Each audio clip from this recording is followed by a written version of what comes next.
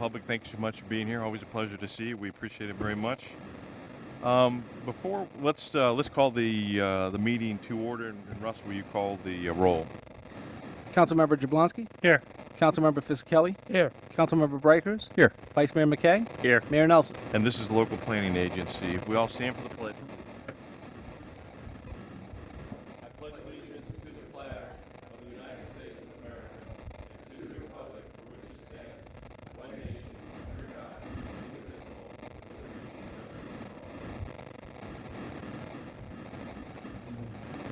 and justice for all. What I'd like you all to contemplate, this agenda item that's first on the LPA, I suspect is going to take a little bit of time. Maybe not, I could be wrong, but I suspect it'll take a little bit of time. And what I'd like to do, if it's all right with you, I'll throw it out there to you, is go into the Archbishop McCarthy's item. So That's not LPA. what would be the correct? It's a different meeting.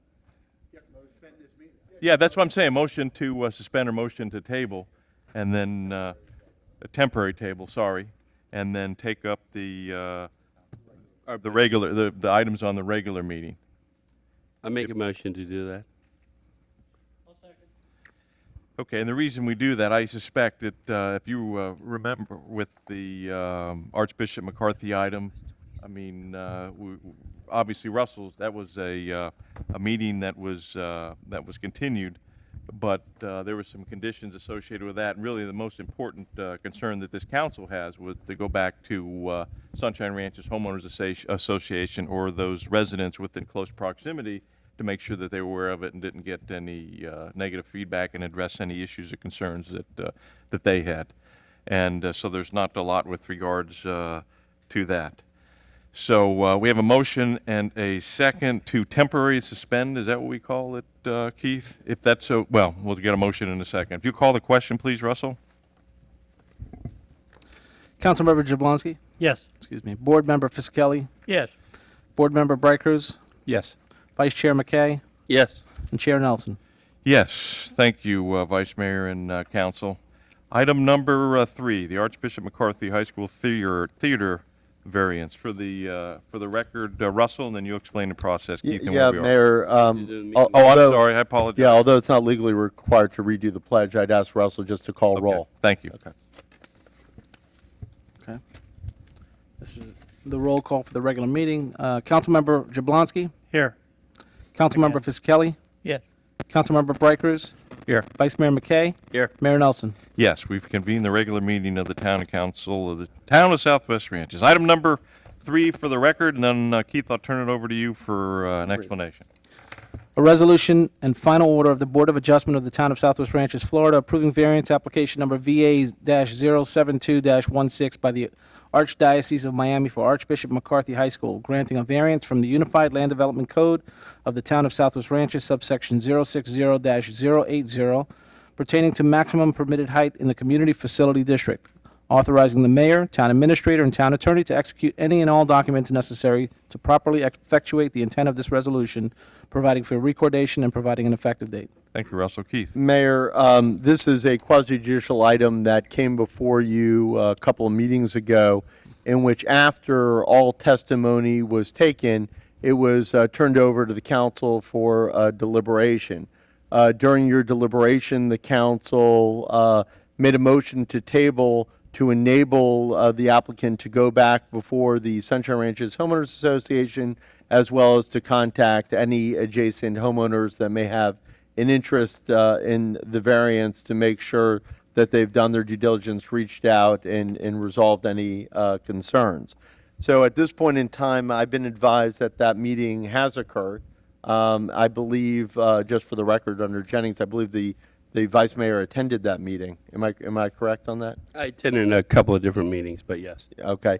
And so at this point in time, it's back before you for discussion consideration. Just to remind you, for the last meeting, the applicant agreed to several stipulations on the record, which will be incorporated in any final resolution concerning this property.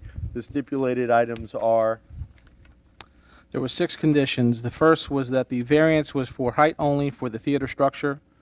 The second stipulation was to remove all portables from the site. The third condition was 1,900 seats as being the maximum. The fourth condition was that it was only going to be used for school performances. The fifth condition was that the town was to be given use rights. And the sixth and final condition was that there was to be no use if a larger event at St. Mark's was occurring at the same time. And just to clarify the record, on the portables, it was upon completion of this building. So, and we'll make sure that's clear within the resolution.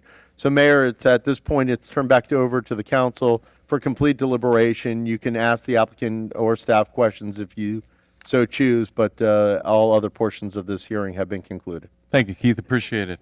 Council? If I may, Mayor? Absolutely. Go ahead. A couple of things. I just wanted to thank Archbishop McCarthy very much for having their open house. I was very disappointed that nobody else showed but myself and Dee Schroeder. Not one other person showed up. I was absolutely flabbergasted. And they put on 3 little shows for us in the theater, showed us kind of what they were doing, what they did. Amazing job, great shows, talented kids. You all missed a great performance. So I'm sorry those of you did not come. But anyhow, they had meetings here at the HOA and put an ad in the newsletter for Sunshine Ranches relating to the event. And so I'm absolutely can't tell you how disappointed I was that nobody else came to that event. But anyhow, we walked after the show. We walked the property where the building was going to go. Kind of talked about it a little bit, showed us different things, and so I already knew the property because my son went there for a short period of time, and so me personally, I have no issues with any of it. So I just want to get that out there. Thank you, Doug. And I guess I could look at the other side of that is there weren't any concerns by the residents as a result of what they were as part of this addition. So Yeah. we could look at it that way as well. Any other questions, comments, or concerns? I'm sorry, Gary. Yeah, I have a question for Keith. I have a question of the applicant, the representatives of You can Archbishop come. McCarthy. Do they- Absolutely. Okay, if one of you wouldn't mind coming to the podium, I have a question for you, for the record, for the public record. And just for purposes of the record, when you speak, just restate your name, and you're still sworn in from the prior meeting. My turn? Okay. Question, you attended various HOA meetings, and one of them was at the Sunshine Ranches meeting. There was one of your neighbors, and whose name escapes me at the moment. She was mentioning that she had to bring her young children inside repeatedly because the football stadium sound system was playing what she considered offensive music, loud noise, testing, things of that nature. And I think it's fair to say it was hip-hop music or something to that effect. And she said her and her neighbors were basically keeping the kids inside, and because they were there was offensive lyrics going on and things like that that they found offensive. My question to you gentlemen is, since you've had that knowledge over a month ago, have you done anything to change your policy regarding that? And if you have, great. And if you haven't, why not? That's my question. Tony Macero, athletic director and everything else. I did address that at a meeting with all my coaches on August 13th, I think it was. And I was very strong in what, matter of fact, I gave the example that I faced here. After the meeting, the homeowners association meeting, I did go to that mom. I gave her my number. I said, if you hear it, please contact me and I will deal with it immediately. So we did put the process in, and my coaches are now responsible to listen to music and don't take kids' words for stuff. Because what one kid or one person feels may not be offensive, I may feel so. So we have taken steps. Thank you. Any other questions, comments, or concerns, council?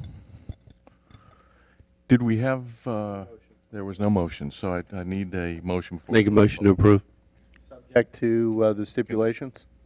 Second. subject to all the stipulations. Thank you. We have a motion and a second to approve. Any members of the public wish to comment on this item? No, you already have public Oh, we did have public comment. Sorry, D. It was a few weeks ago. I apologize. Mayor, Oh, yeah, go ahead, Steve. just a quick comment. I think it was, I was the one who was most pressing for you to go out there to the community and talk to them. And just want to thank you for going through that process. I know you were ready to go and get moving a couple months ago or last time we were here. And so, but I think it was important to get that communication out there. I think the folks at the Sunshine Ranches HOA have a greater understanding of what's going on, and I think that will benefit everybody in the long run. So I just want to thank you for going through that effort and doing that. You're welcome. Can I say something about our theater department, our drama department real quick? Sure. I mean, Vice Mayor Doug McKay was there, and these young men and women have won 9 Cappies last year. That's equivalent to winning like 9 Oscars. Amazing. And it's just amazing the kind of kids that we have. We have a graduate of 2005 who's now a Blue Angel. We have double-digit kids this year as seniors that will be Silver Knight nominees, which means they're going to school for free. So with what you've allowed us to do and the community's allowed us to do, the kind of the people that are turning out are just tremendous. And I just wanted you to know the job that this town has allowed us to perform. Because you could hear about athletics. I'm an AD, but I'm talking fine arts right now. Thank you. Mayor, just for clarification of the record, Jeff Kidams wanted me to clarify because the variance was modified prior to them coming here, what the request is. The variance that's here tonight is 40 feet to the roof deck, 41.5 to the top of the roof. Am I correct, Jeff? Okay. So just for the record. No issues with the motion and the seconder? Okay. Nope. Okay, we got a motion and a second to approve. Russell, call the question, please. Councilmember Jablonski, Yes. Councilmember Fisickelli, Yes. Councilmember Bright Cruz, Yes. Vice Mayor McKay, Yes. Mayor Nelson. Yes, congratulations. All right, item number 4, You guys can go. public comment. Thank you. Have a good evening. Yep, You too, do. thank you. Mayor, we have 2 speakers for public comment tonight. Are we going back to the other meeting, or are we? The mayor asked to complete this meeting.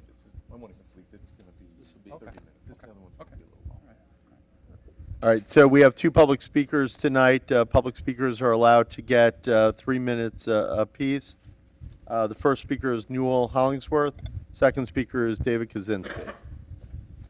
Oh, wait, there might be a third. Sorry, Mike. Third speaker, Mike Hanley. Fourth speaker, Dee Schroeder. Newell Hollingsworth, 199th Avenue. I want to speak to the residents this evening. And the simple thing about your taxes. The council had a budget hearing the other night, and that budget hearing, they did not take very much money out of the budget, total about $30,000. And the rate that you will be paying next year, if they don't take $495,000 total out of it, is 4.5 plus. Our rate right now is 4.1. And the difference is $495,000. So unless you want your rate to be 4.5 plus, get with your council member and tell them to cut the $495,000 out. It's that simple. Otherwise, your rate's going right through the roof for the 3rd year in a row. 3 years of complete tax increases. So, if you want the taxes, don't say anything. But if you don't want your taxes to go up, give your council member a call, give the administrator a call, and on September 14th, when the first hearing, be here and tell them again in person. Thank you. Thank you. Next speaker, David Kaczynski, followed by Mike Hanley, followed by Dee Schroeder.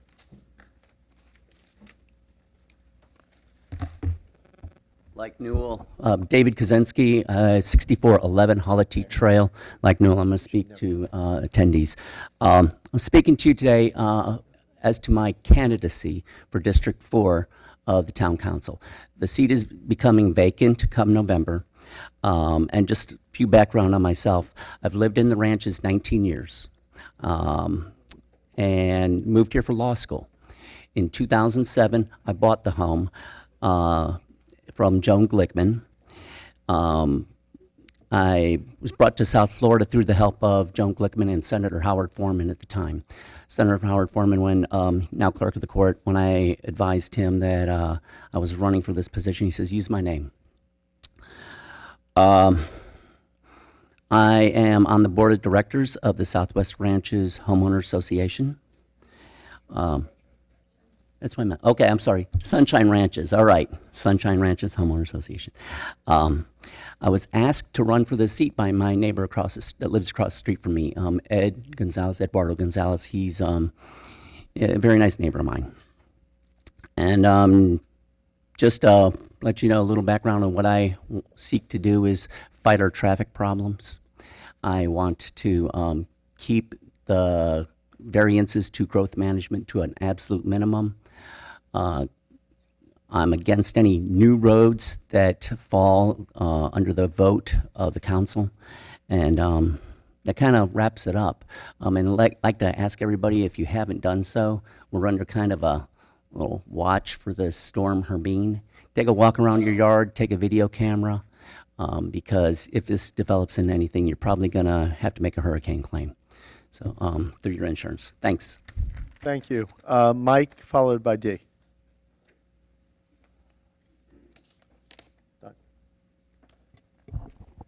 Mike Hanley, 50th place. We have a problem out there on Griffin Road with the new church, and it appears with the complaints from various and sundry neighbors in my neighborhood that people are packing Griffin Road on Sunday going to the new church out there, and they're parking on Griffin Road, and it's causing a terrific traffic hazard. Somebody's going to get hurt, maimed, or killed. I suggest that the Davie Police take a look at this on Sunday morning. It just started this past Sunday, and I don't think it's going to get better. It'll probably get worse. Thanks, Mike. Thanks, Mike. Final speaker, D. Schroeder. Good evening, Dee Schroeder, Mayor, Vice Mayor, Council, staff, Andy, Keith. My first issue is the tower out west. It has been, looked like it's been worked on for quite some time, and I don't see anybody doing anything to fix it or get our flag back up or a light. So that's one thing I'd like to bring to the attention, Andy. Now if I can turn, I also am running for District 4, the same as David. I've been out here 30-some years. I've sat on multiple boards. I've raised 2 beautiful girls, 2 grandchildren, one that just came home 2 days ago. And I think I could do a really great job. I've always been a strong voice and an advocate for all my neighbors. I'm not bashful about some of our development as long as my town is protected. I've seen tons and tons of changes, and I'm sure there will be tons and tons more to come. And hopefully they will all be good changes. Like I said, I'm not for any more through roads. The roads that have been put into place, they're kind of etched in stone as far as we know. And again, I hope I can get your support come November, and please get out and vote. Thank you. Thank you, Dee. Okay, that concludes public comment. Just for the record, real quickly, Anul is absolutely right. Cumulatively, the millage rate 4.5454. But just to make it perfectly clear for the record, the millage rate went from 3.9404 to 4.1404. And this other component, that's part of it, that's part of this cumulative process, the TISDOR, which is a mechanism that for road repair here in the town of Southwest Ranches, and it's not an unknown scenario with regards to the terrible, terrible conditions of our roads in the town. That was the reason that this council came up with this mechanism to fund it, so that people that are subjected to this, and that doesn't include the process where we have a committee that's formed, and over the next 20 to 25 years, we're going to select the ones that have the highest priority, that need the greatest attention. So that's what TISDOR is, and again, we think and thought it was something that was very, very important. So between the millage rate of 4.14 and TISDOR, which was created, that is unique and different, although part of the taxing component. Again, it's to fund the repair of our roads. I just wanted to make sure that was clear for the record. So, and also, as I was walking around the audience real quickly, if you'd just give me a second, Vice Mayor and Council, we have a couple, and I apologize, I'm terrible with names. We were sitting there having the conversation, just getting ready to move in, build in the town on Hancock, and they said they just want to come out and watch the meeting and see what it's all about. So welcome. It's great to have you, and look forward to having you in the town of Southwest Ranches. And I find out that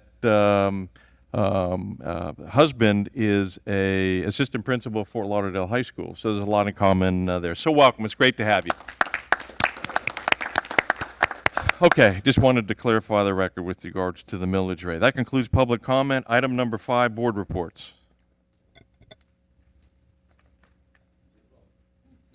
No board? Wow, unusual. Okay. That concludes item number 5. Council member comments, and Don't look over at Gary, because he's going to steal everything I have to say. that seems like it's kind of along the same lines. Do you have anything, Gary? Freddie, do you have anything? Steve? Yeah, unfortunately, I got a few things. Okay. I wanted to mention first that the CERT program, I went through the CERT program last year. It's an excellent program. With the big storm heading our way, this is exactly why it's so critical for our community and in our area to work with that. Davey has been very gracious in bringing us in. Like I said, I went through the program. It's an excellent program. You think you know all the ins and outs of it until you go through one of those programs and you learn a whole lot more.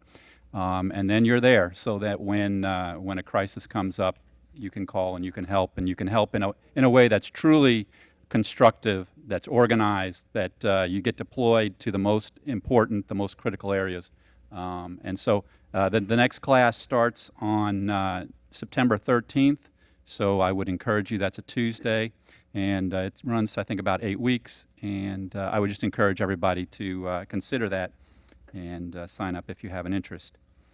I'll go through some of these others pretty quickly. As everybody's aware, I just mentioned the storm is on the way. Please make sure your supplies are ready.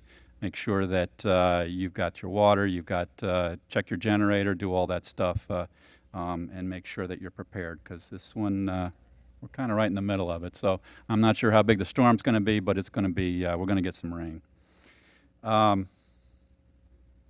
Couple of things that are out west that I wanted to mention. The school is now open out west, and so I would just wanted everybody to, if you see things going on out there, if you see issues, please feel free to give me a call, give Andy a call. I'd like to be up and hear firsthand what people's experiences are out there. So. The other thing is on, actually, ironically, the same night as the first CERT class, on September 13th, we are having Katie Edwards, who works with Keith in Keith's office, come to speak with us about sober homes. We've got a sober home that's opening up out on 190th and 345. Sober homes are homes that are set up for people that are recovering from some sort of an addiction. And I know there's a lot of concern in the neighborhood about that, and so as a town, we're looking into some things that we can do, but what we really want to do is hear the facts and what they're about, what we can do, what we can't do, those kinds of things. So this will be a great educational opportunity for the folks in our community to really hear firsthand from an expert exactly what the situation is. So that is here at Town Hall on September 13th at 7 p.m. Last thing that I wanted to touch on is Mayor, you did a good job on the millage, but I have to add to it just a little bit. We have had steady millage for the last 4 or 5 years. It's been a long time since we had an increase. However, during that time, we did not repave roads, and that was a growing liability for the entire town. So a couple of years ago, we did institute the TISDOR program to repave our roads. But our base millage, aside from that, has stayed steady. So we are looking at an increase this year, but I think it's inaccurate to say that the millage has gone up, because if we hadn't done this program, and I don't think we had a choice whether to do this program or not, we can't just let the roads deteriorate. And the sooner we take care of them, the better off we are as a town. So, but I will say one thing that I absolutely agree with Newell about in his commentary is that I was very disappointed in the last meeting. There was so few residents here. I think we really just had 2, Bob and Newell. And we really need, this is critical. This is your taxes. It's more than just your taxes. This is where you really get to see everything that the town is doing. It's really all exposed out there, all the programs, all the departments. Every department head was here. So please, I would encourage you to come out the next budget hearing and participate, because that we really would like to see that. Thank you, Mayor. Just for the record, to publicize it even more, what's the date, Russell, of the first public hearing of the budget? It's September 14th, Mayor. So September 14th. September 14th. We encourage everybody. We hope that there's not enough seats here in. I'm sorry, Andy. Sorry, just want to add that it is September 14th. It's at 6 p.m. At 6 p.m. I apologize. Thank you. At 6 p.m. And on top of that, out of 31 municipalities, the town of Southwest Ranches is still the 7th lowest. So I want to add that as well. Okay, item number 7, legal comments. Mayor, I'll be quick. The town, as you may recall, a couple of years ago now, was sued by New Testament Baptist Church relating to its desire to develop their property into, I think it was over 900,000 square feet of structure. When the town prohibited that, they sued the town. The case was mostly dormant for some time, but they are now seeking to settle with the town. As a result, the town has been in negotiations with them for the past month in developing drafts of a settlement agreement. That settlement agreement, for anyone who's interested, will be coming before you, if not the next meeting or the meeting after, for full discussion and debate by the council. So I just want to give everyone an update as far as that's concerned. Second issue, not really an issue, just an interesting point, is that, the town is equal opportunity offender when it comes to collection of code enforcement violations and fines. Robert gives everyone maximum leeway to get their place in compliance and really tries to work with them. But if they don't, we make sure that we collect. In one particular case, a property on Southwest 196 Lane, 5911 Southwest 196 Lane, the bank foreclosed, and the banks had the property for quite some time, and it racked up a very high lien on it, to which the bank said, "We're not paying you anything. We foreclosed. You're out." And I promptly said, "No, you didn't. We're not out. We still trump you." So about 7 months ago, the bank sued the town, claiming that they trumped us and therefore they should extinguish their $40,000 lien on the property. The town aggressively defended it, and today was their date where they thought they were going to get the property free and clear, and the judge properly ruled in the town's favor that the statute of limitations applied, and therefore the town's lien was not extinguished, and denied their motion. So, it was just good news for the town. So, in any event, that's where we stand in legal this week. Thank you, Keith. All right, that concludes legal comments. Item number 7, administration comments. Andy? Yeah, thank you, Mayor. Two things, and I'll be brief as well this evening.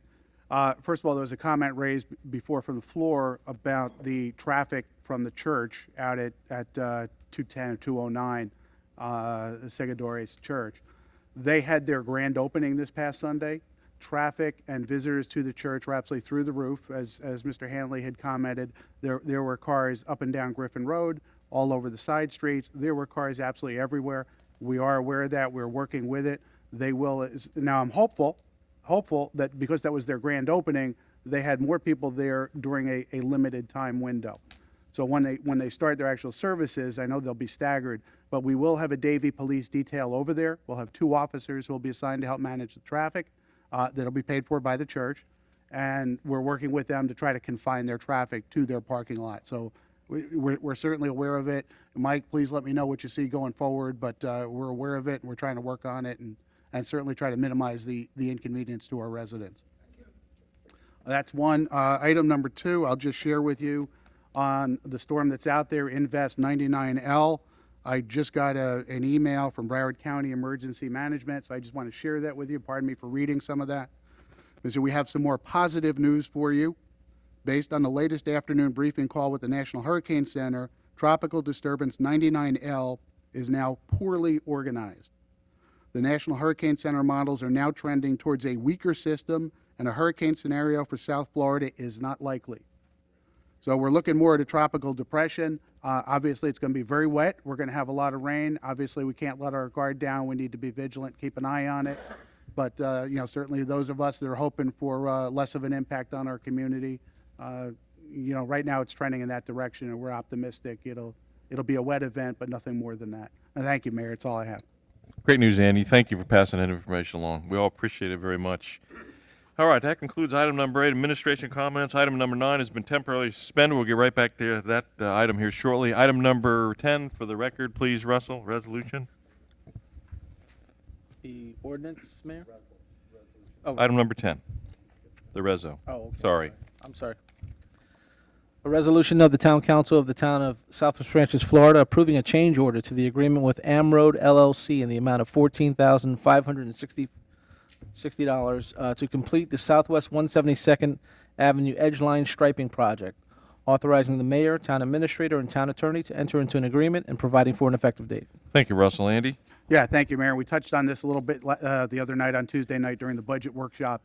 As you know, one of the biggest projects we have upcoming is the restriping on Sterling Road from the entrance to the town all the way to Volunteer. The bid on that came in significantly less than staff had anticipated, so we have some funds available in this year's budget to take on some additional projects. And the Southwest 172nd restriping is one of those priorities. So this is funded by this year's budget. We're just getting more work done this year than we had anticipated. And it's the same vendor that we're using for Sterling Road. It's an extension of the same contract, the same pricing. And obviously, we're recommending approval, but if you have any questions, we're available. Thank you, Mayor. Motion to approve. Got a motion and a second to approve. Any members of the public wish to comment on this item? See no public comment. Public comment is now closed. Again, a motion and a second to approve. Any additional questions or comments or concerns, council? Seeing none, Russell, call the question, please. Councilmember Jablonski? Yes. Councilmember Fisickelli? Yes. Councilmember Brightcrus? Yes. Vice Mayor McKay? Yes. Mayor Nelson? Thank you very much. Okay. Going back to item number 9, but we need a motion to temporarily suspend the regular meeting to go back to our LPA and take up item number 9. So I need a motion and a second. Make and a motion approval. to suspend the regular town meeting, go back to the LPA. Motion and a second to approve. Again, suspend the regular meeting. All the items have been concluded. This is Except for item 9. except for item number 9. Russell, call the question, please. Councilmember Jablonski? Yes. Councilmember Fisickelli? Yes. Councilmember Brightcrus? Yes. Vice Mayor McKay? Yes. Mayor Nelson? Yes, item number 9. Now, Mayor, we're actually now going to reopen the local I'm planning sorry. agency meeting. Thank We're going to go to number 3, and for legal purposes, Russell, could you please read 3 into the record? This is a resolution of the local planning agency of the Town of Southwest Ranches, Florida, recommending that the Town Council amend the text of the future land use element of the Town of Southwest Ranches Comprehensive Plan establishing a new land use category entitled U.S. Highway 27 Business, with supporting objectives and policies, revising the lists of permitted uses within non-residential land use designations, and supporting objectives and policies, making revisions of a housekeeping nature, providing for an effective date. And Mayor, Jeff Kadams is here from Melgren Planning Group to give a presentation. Thank you, Keith. Good to see you, Jeff. Floor is all yours. It's up at the top. Button's a Jeff. little higher. There you go. Okay, that's better. Good evening. Just a brief reintroduction to this item because it's been going on for about 2.5 years now. About 2 years ago today, the council was ready to adopt a version of this ordinance. It was an ordinance that would have created a business category in the land use plan for US 27 and only US 27. And in September 2014, we wound up tabling second reading of that ordinance because it also had some water and sewer, municipal water and sewer policy language in it. And that was complicated by some outside matters, which the town administrator and the town attorney eventually resolved, negating the need for any of that language in the comp plan.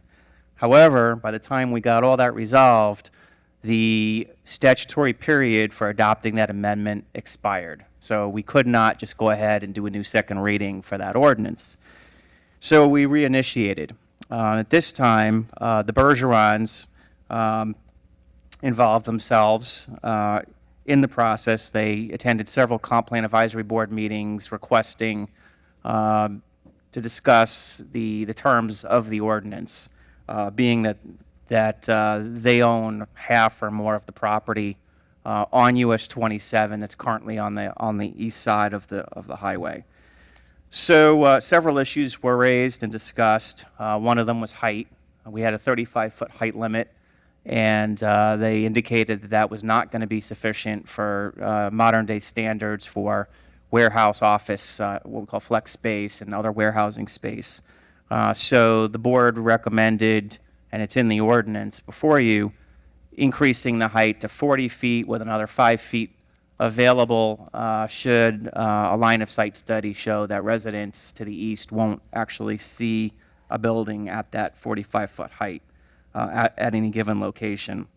Additionally, the Bergerons, they had some questions as to what some of the uses meant. And this is because this is a land use plan. And so when you really get down to it, there are about 7 or 8 use types that are delineated for a land use category. We don't have 4 and 5 and 10-page lists like you see in zoning codes where every specific permutation of a use is listed or anticipated. This is really just supposed to set a general policy framework for future zoning regulations that would get more specific. Nonetheless, the ordinance that we had originally developed, that the comp plan board originally considered, that you originally considered adopting on second reading 2 years ago, but for the need to table it for water and sewer issues, it was modeled after the Broward County Employment Center designation. And every land use plan category the town has to be consistent with one of the county categories because it's a charter form of government and they say that's what we have to do, so we do it. We can't just create our own category that doesn't neatly fit into one of theirs. Employment Center was allowed fabricating, light fabricating essentially, so it's very, very light industrial to the point where we don't even use the word industrial because the types of processes that are involved are stapling and nailing and screwing and stuff like that. Assembling goods that have already been, whose parts have already been created. As a result of the comp plan board meetings and discussions with Mr. Bergeron and his representatives, the board went in a different direction and decided that some light industrial uses would be acceptable out on US 27 without causing environmental harm or disruption to nearby residents' enjoyment of their properties and their rural lifestyle. Accordingly, we scrapped the employment center basis for our ordinance, and we based it on industrial, county industrial. We started out with the industrial category that the county has, and then modified it as appropriate to best protect the town. And I have, Russ, if you could cue that.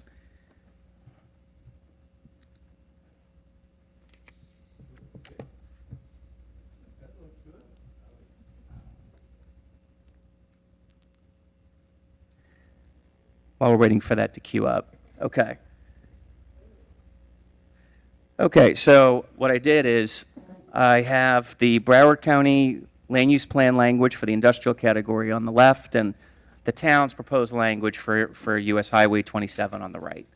And the first category was light or heavy industrial uses. So obviously, we nixed heavy industrial uses, and the ordinance allows light industrial uses as long as they don't generate noise, vibration, odor, dust, fumes, smoke, all the negative externalities that you want to avoid with an industrial land use near residential.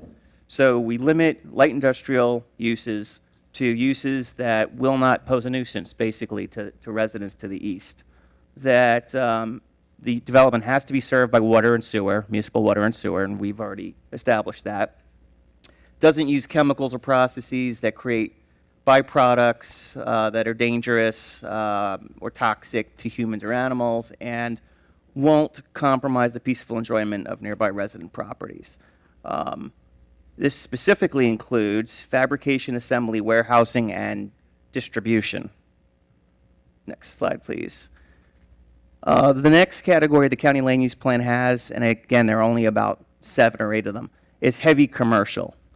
And the county land use plan gives examples. It's not a definitive list of what heavy commercial use is, but they're trying to illustrate what heavy commercial means. And so they talk about display and sales and service of new and used autos, trucks, motorcycles, boats, trailers, et cetera. And then they have things like newspaper and printing plants. Bakeries, carpentry, cabinet shops, trade shops, ice houses, propane sales and repair salvage yards. So what the ordinance you have allows is sale and display of agricultural equipment, construction equipment, boats, utility trailers, and those types of uses. And we use the term similar uses. The newspaper, magazine, and printing plants would be eliminated. Bakeries were eliminated. Contractor shops, including carpentry, is permitted. And the salvage yards, propane, ice houses, were eliminated because those uses were deemed to have objectionable characteristics. Next category is educational, scientific, and industrial research facilities. The ordinance you have before you allows educational and scientific research businesses, but not medical, dental, or industrial labs, again, to protect the town's interests. These are the rest of the uses. Office, which is allowed. Transportation facilities, which we don't, because it's not even a defined term in the land use plan. Recreation, open space, we allow that as well. Community facilities, which we don't, because this is a tax revenue generating category. So we have enough other locations in the town for community facilities. Non-residential agricultural usage, which we permit. Ancillary commercial uses, which we permit. Freestanding commercial uses, which we also permit, again, consistent with the county's land use plan. Wholesaling, we don't allow mining, we allow communication facilities, we allow utilities as long as they are intended to serve a specific development, and a residential caretaker unit. That is the extent of the industrial land use category in the county land use plan. This is the type of detail that you get into with a land use plan designation. So, having said all that, the next step after this, if the council adopts it on first reading, we will send it back up to Tallahassee so the state agencies can take a look at it as is required. We will then bring it back to you for adoption. Subsequent to that, the town will have to develop zoning regulations to implement all this. That's where the rubber hits the road and we really get into the details of the uses. What is a light industrial use? Which ones would we allow? that's where we really flesh out the uses, and also when we develop the standards for development, setbacks, and all that stuff. So we limit height in the ordinance, but a lot of other standards would be left for zoning, as well as the process for how somebody gets an approval. An applicant, like the Bergerons, would have to then apply for a map change. They'd have to apply for a zoning map change and a land use map change. So that has to come before the council. And at that time, you get a site plan and you get the uses that are proposed. And if there are any uses that require additional consideration, that's when those are discussed. And then finally, if the council approves that, they then have an approved site plan that has to be consistent with everything that was discussed and presented before the council. So that's where we're at tonight. I would just ask everybody that let's keep the discussion on uses to an appropriate level of detail for a land use plan. This isn't the time to get into variations of uses and any detailed discussion of uses. And with that, that concludes my comments. Okay, thank you, Jeff. Council? Mayor, couple of questions that I don't remember that we discussed related to this in the comp plan. I went to quite a few of those meetings. I missed one, I think, maybe two, but one of the things that didn't come up in discussion was water and sewer related to that site. So I don't recall, if anybody wants to remind me or something I missed, did we have any discussion? I'll ask Newell to come up if I may. It was discussed, and it was said that there will have to be water and sewer, because otherwise the pollution of that area could get into the groundwater of our area and pollute all of the western half of the town. And it was discussed quite a few times. And Okay. the board was very adamant that this site should have water and sewer. Understand that, agree with that. I guess my next question is, they're the closest to Pembroke Pines, but we have issues with Pembroke Pines, so I'm going to ask legal, if I may, Mayor. Absolutely. If there's an issue related to water and sewer, whether it's Pines, Sunrise, or whoever else, or whether you did it yourself. Well, Sunrise. Yeah. I'll intervene before you. And I could see what would happen if we reached out with regards to that. Next thing we want to do is annex that property. You know, we know what their reputation has been and what they've done to us in the past. So I just want to inquire about that. But that's all. I'm sorry. I Go ahead. would, based upon what the mayor also brought this issue up to my attention, what I would do is, if you choose to approve it, just specify, because I asked Jeff, I confirmed, because I haven't looked at this in a couple of weeks now, that the water sewer language that Newell just referred to is in the document that specifies that it would require water and sewer, city water and sewer. But I absolutely believe that it should specify that it shall be from the city of Sunrise directly in the plan itself to prevent anyone from thinking otherwise. I don't think the board would have any objection to that. Okay. Can I ask the Bergerons the same question? May I? I can't do that. Ask them to come up. You can, it is what it is. Okay. No, I just wondered. What was the question again? You want to limit it Water to and only sewer, Sunrise? we would only want it to come from Sunrise, not from Pembroke Pines. Does anybody know where the nearest location to the Sunrise system is? Have no. Weston. I think it's a ways away. I Weston. got the consensus. Somebody said Weston. Yeah, it's miles and a lot of dollars if it's without having the infrastructure in the area. The water and sewer, we don't believe that if we're limited to water and sewer, if we can't get an arrangement to the property that we own through our industrial park where we oversize all the water and sewer lines to deal with additional capacity, then we're not going to develop anything out there. I mean, that's the bottom line. I think that But that's through Pines right now, right? Yeah, I mean, it's not, Sunrise has full capacity. We know this. No, from no, no, I our- understand that, but what he's explaining, it's adjacent, they did a large pipe size and stuff, and that's why I wanted him to come up And to find out. I'm not sure the cost and the distance it would take to run and tie into the Sunrise system. Yeah, based on our current and future issues with Pines, a water and sewer hookup with Pines is not going to be feasible. They've made this clear to us on numerous occasions. Let me just jump in here. A couple of questions. One is, I think, I certainly can't speak for the Bergerons, but I suspect that they have a much better relationship with Bangor Pines than the town of Southwest Ranches does. I'll just leave it there.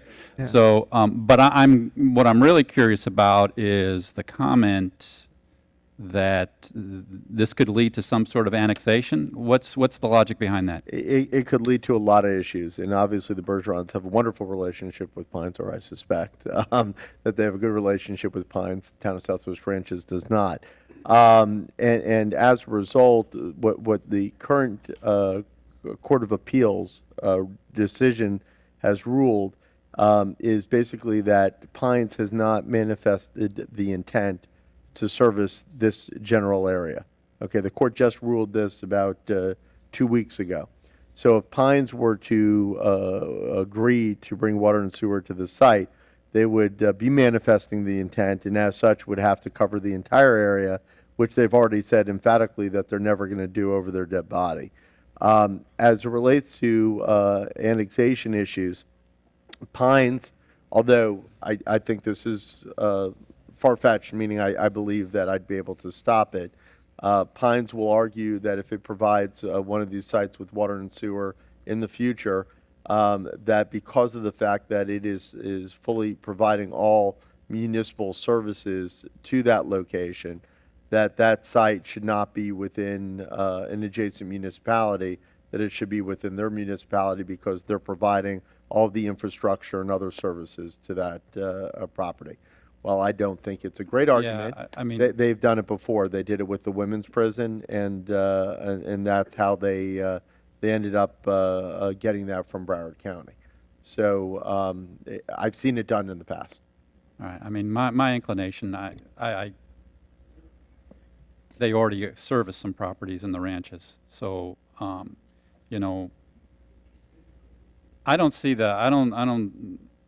I mean, yeah, they're not going to do it for. Frankly, what I see is this. I'll just be perfectly honest with you, that number one, I don't see the reason to limit. You know, if they can get it, get it. I don't. It doesn't matter to me. I don't see that as a roadway for them to annex us. I think it's ours. We would have to approve any sort of an annex, and we're not going to do that. It's not going to happen. Been trying to annex us for longer than we've been a town, and we've fought it off. But the other thing is, I think it makes us a stronger case for us if they start servicing certain properties in our town. Then it gives us a much stronger case for them to service the other property that's we're most concerned about. Let me also state from that standpoint is that if you limit this area to Sunrise Water and Sewer, the line will be brought out to our property, which Pines has already said they'll never service. And as a result of that, it is a tremendous financial increase to the town. Would they be coming down 27? With They that would. main? We have drawings that we're happy to share with you. Okay. It's not that big of a run in comparison to what you think because it's already in Weston on Griffin Road. So it does basically come down 27 and connects to the property. Sunrise has already designed it for us. It's a full loop system, and we can show you exactly what it is. If it's available, I mean, that's a, that's going to be your utility provider of the future. I mean, we don't have a problem working with Sunrise. I just, not knowing the cost of getting it to the property would make it maybe prohibitive to develop. So, I mean, if it's there. Let me add something to it. First of all, for us to Just for the bring record, Mr. Burgeon, we know who you are, Yeah. but just for the record. Alligator Ron Bergeron. Thank you, sir. Live out in the Everglades on US 27.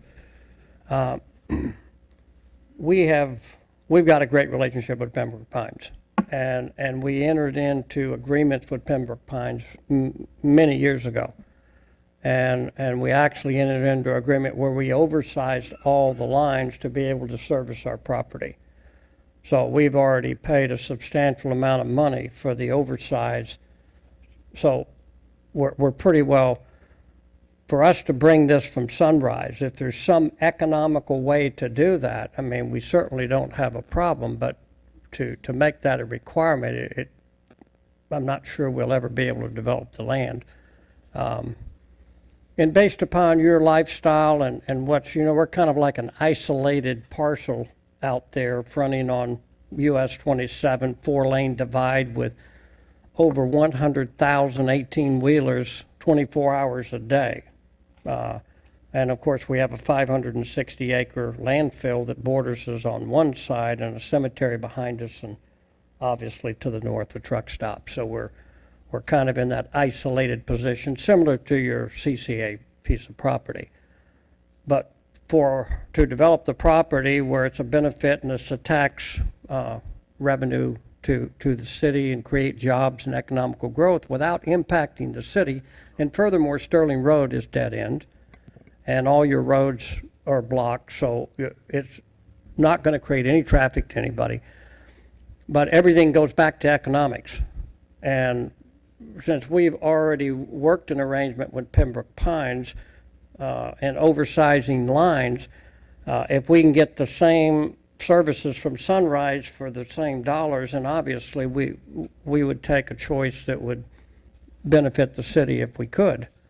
But due to your lifestyle and what you're trying to preserve, which I applaud you for, sewer and water is really not that economical into your rural areas where you're living on, 2-acre, 5-acre, 10-acre tracts. I mean, that's not really something that's economical to your residents, but it's something that's needed when you're doing industrial development. So we've made a substantial investment in these lines that can service us and make this project feasible, and we'd appreciate to have that latitude. Thank you. Thank you, Mr. Bergeron. Any other questions, comments, or concerns, council? And again, that's something to be determined later on. Mr. Bergeron, our feelings and concerns with regards to that. Obviously, some additional research and conversation is going to have to I have some comments. take place. I'm sorry, Gary. I have some comments. Oh yeah, absolutely. I'm not done. I'm not done yet. No, absolutely. Sorry. Again, we're creating a new zoning category. That's what we're discussing and hopefully limiting our responsibilities tonight. Gary, the floor is yours.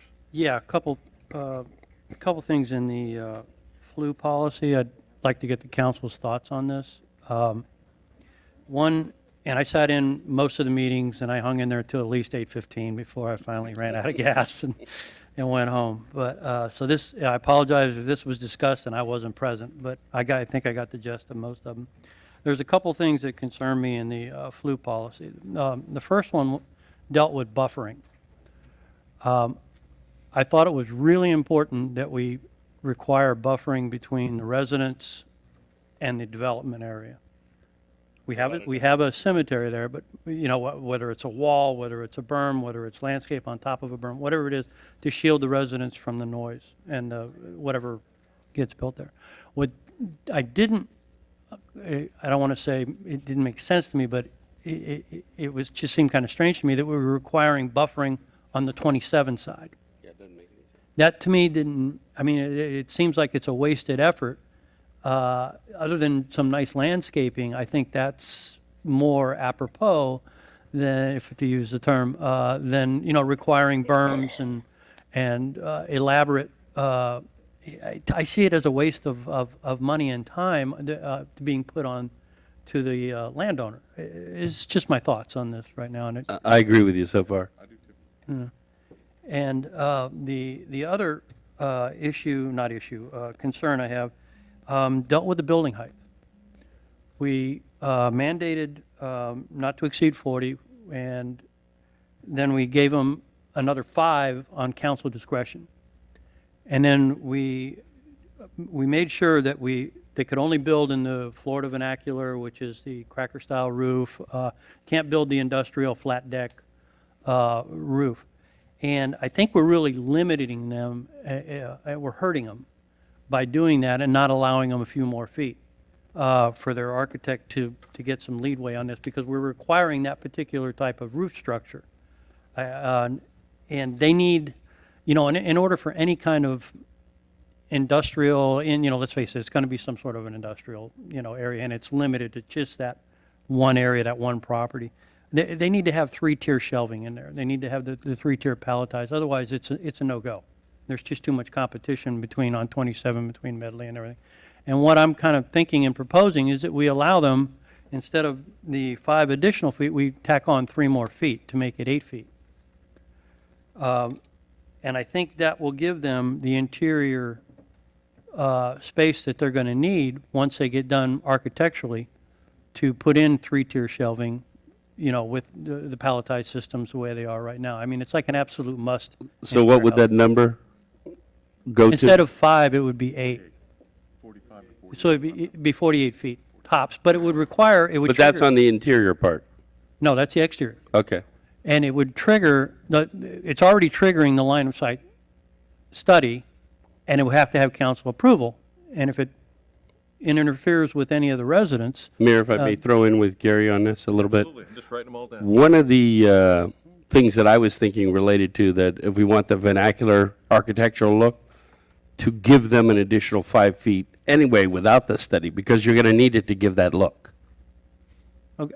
So I if don't you're not know going if to I do agree the with you or not. I'm vernacular. not an architect. I don't Right, know. no, I'm not either, But but I'm just saying, the vernacular part of it Yeah. requires additional height limitations.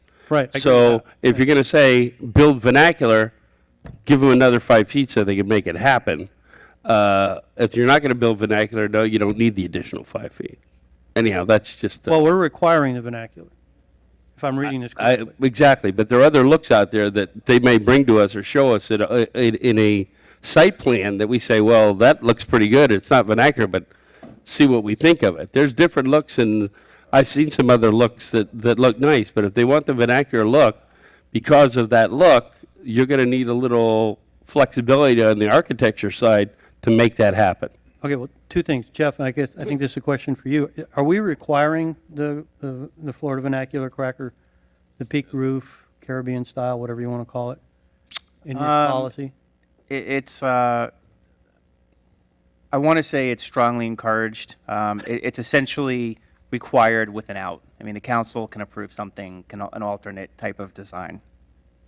It's flexible enough that it doesn't have to be Florida vernacular. Okay, so it could be a flat deck roof, or? I thought that was kind of erased in the comp board meeting. Well, let's look at the exact language. And the other, while he's researching that, the other thing I wanted to point out too was a 1.8, building. Jeff. Yeah. 1.8. I'm sorry, Gary. You're not sorry. Okay. There's a lot of sound out there. Already. The building acts as a sound buffer. It actually shields, it's actually the benefit to the residents to have a building there. And it's a question of how high we make it, we allow them to make it. But there's nothing there right now, so the sound just sweeps off of 27 over through the cemetery until it runs into the charter school. Unfortunately, we've got a monolith out there right now, but for the residents on 208 and 209 and 210, it would probably help them.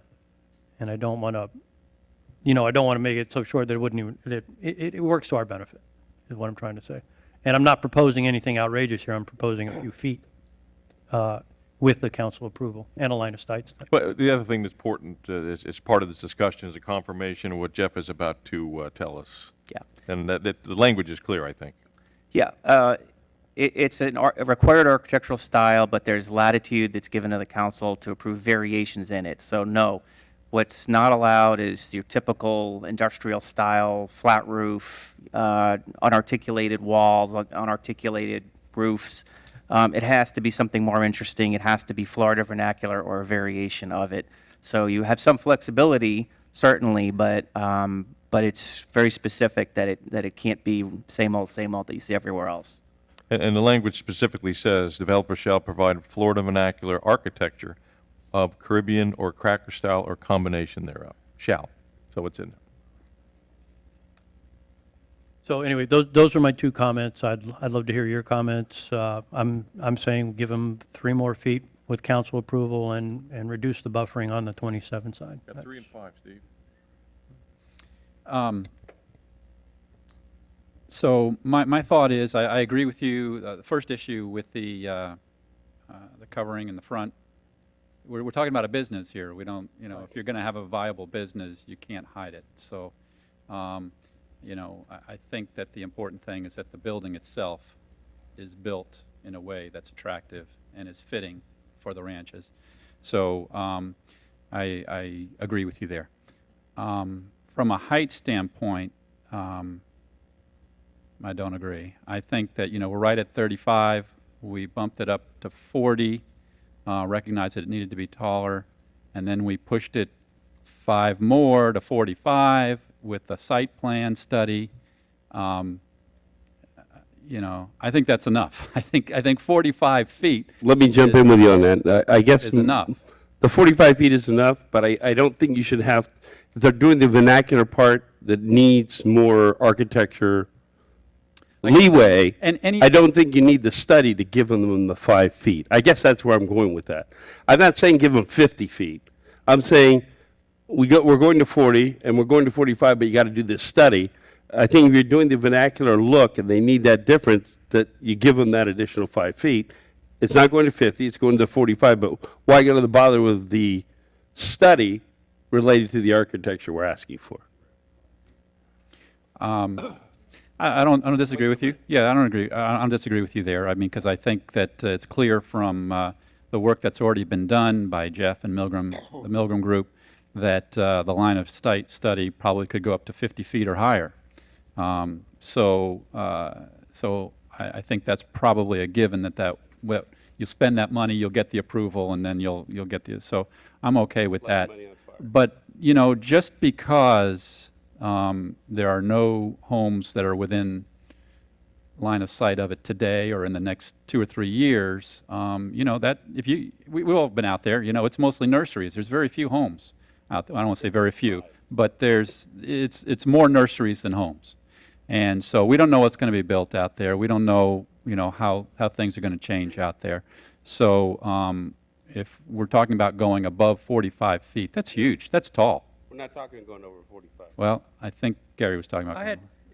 My thoughts were that if we were going to require the peaked roofs, then we need to give them a little more leadway from all the discussion I've been hearing backwards and forwards. If we're going to do some variation of the peaked roof, I mean, you got to kind of give one or the other is where I'm going. I think any architect worth his salt, if you give him 45 feet, he's going to find a way to make it work and still make it look right. Okay, when you're looking at. Wait 1 second, Lonnie. Did you want, you guys don't have any problem with Lonnie clarifying his? No. That's all I'm part sorry, of the because discussion. this That's gets okay. into the architecture. Go ahead, Lonnie. Lonnie Bergeron again. If you look at the vernacular and you look at it with buildings that are that big, your features are going to be maybe 5 foot cupola looking with small peaks on them in the corners and different spots, and maybe some dimensional peaks that give the appearance of that. If you have a 275 foot wide building and you're going to go 1 and 12 pitch on the roof, that's going to need another 50 feet all on its own just to get the pitch. I mean, these buildings are so massive, just the natural run, and it's one of the reasons why distribution buildings tend to be decorative on the parapet to make it look better, decorative on the sides. You can give the metal roof and the Caribbean style, the cracker style, and features, but if you're going for a 1 and 12 pitch roof on a building that big, 400,000 square feet, the roof pitch is likely to be taller than the building. So that's kind of the.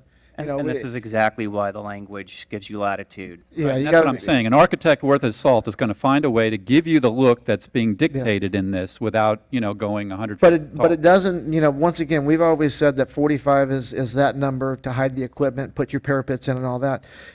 In addition to that, it just depends on how nice you want the architectural feature to look. If an architect comes in and says at 47 feet on these corner peaks and it looks a lot better, and you guys decide that, you want to make sure that you keep some latitude. I mean, because, what's different about this land use process in the comprehensive plan is that, and I know town attorney can probably opine better than me, but if you guys find a use and something that differs in any way from the comprehensive plan, if somebody challenges that as not being consistent, the development can go away, it can be stopped, and you're going to have to go back and change the comprehensive plan again to get something that you may want.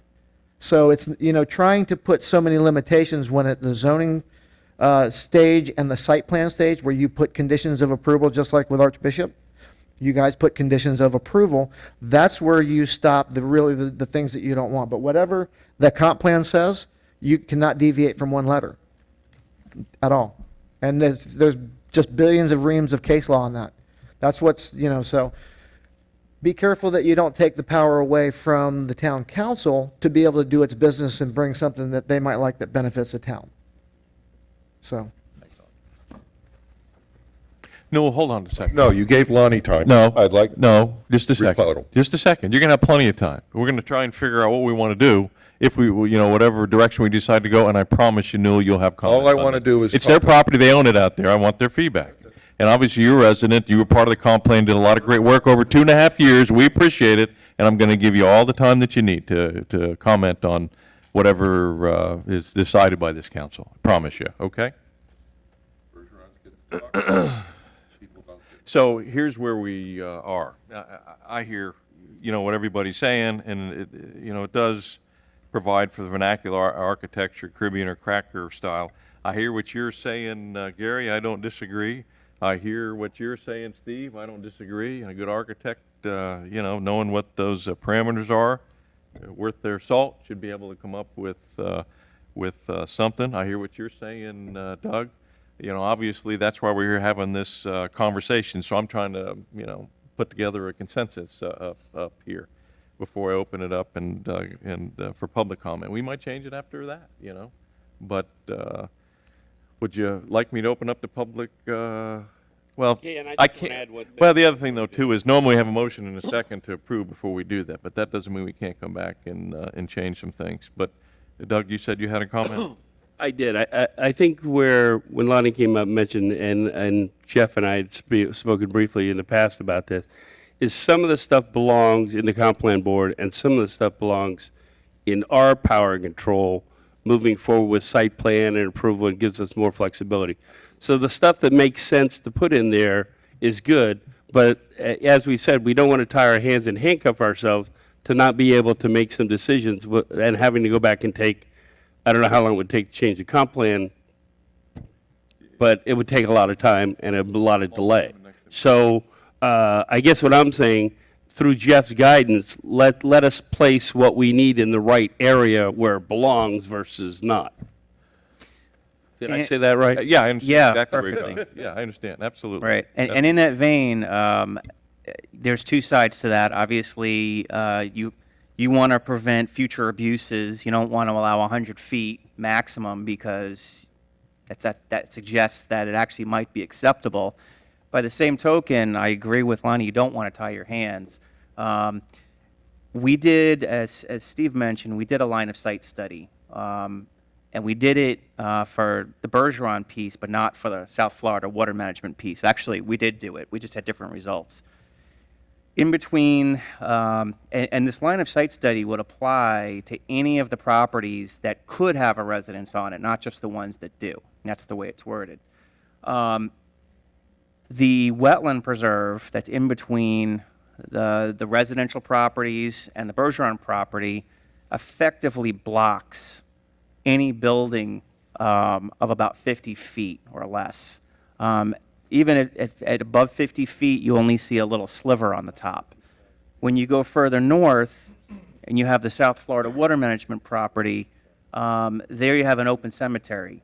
And without the trees in the foreground, you see more in the distance. And you can have them buffer like crazy on the industrial property, and you're still going to see the building because it's what's in the foreground that has the most impact, not what's in the distance in terms of screening.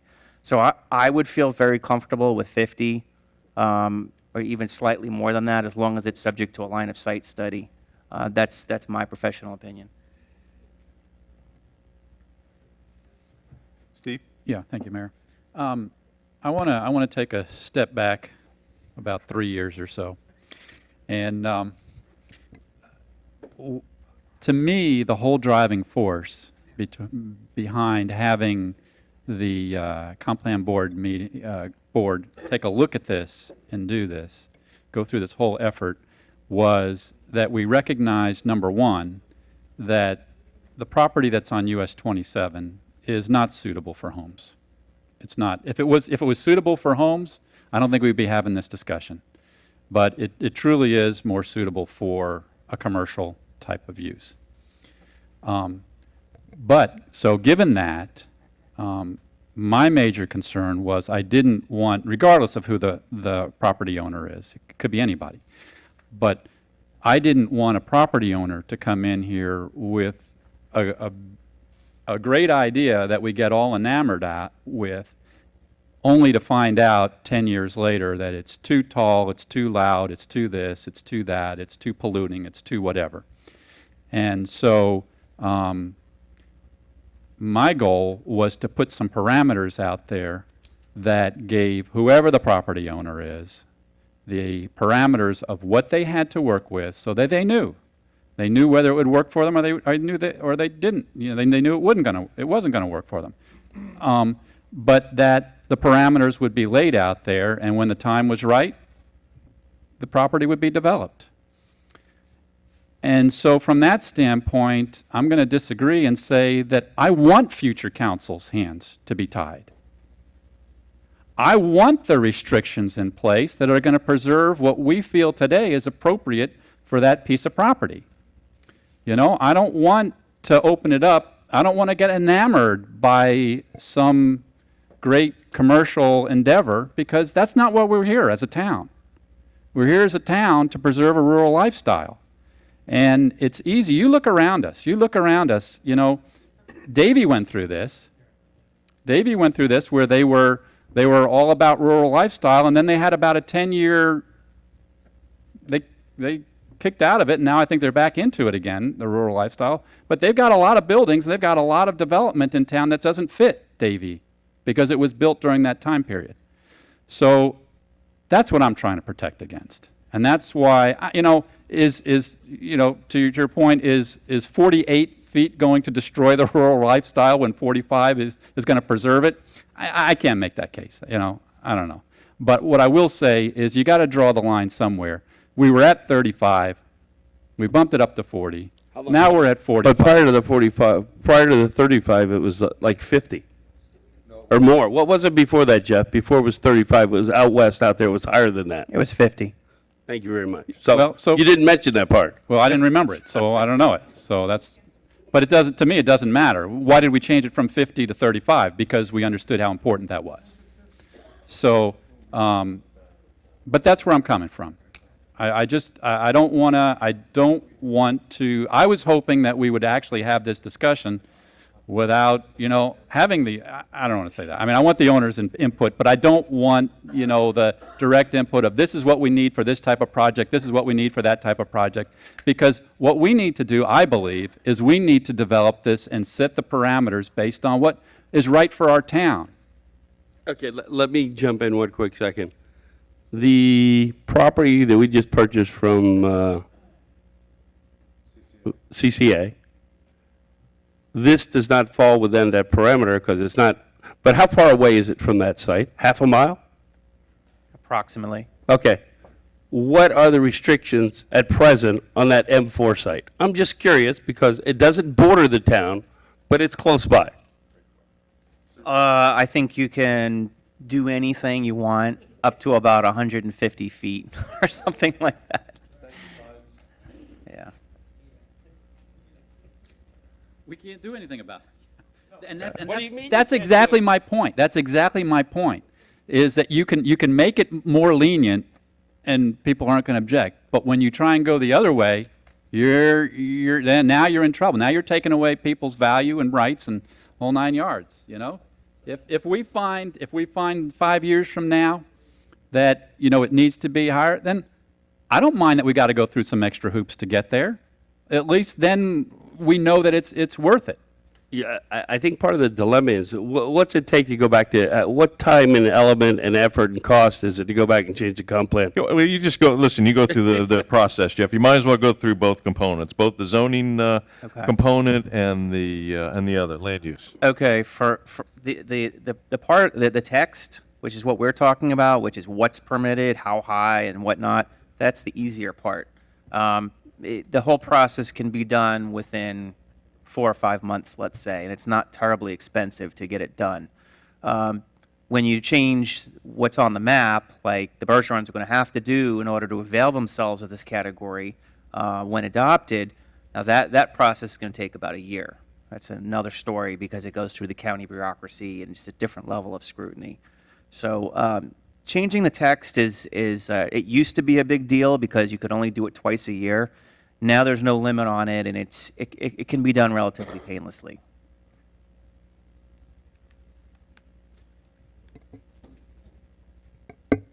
Go ahead, Gary. I'll jump in since I opened up this can of worms.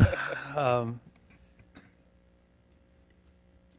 don't think we're sacrificing anything by adding 3 feet. I think we're giving the landowner some flexibility because we're requiring a particular look. And in conversations with them, they've asked for way more. And way more. And I didn't see that was going to work.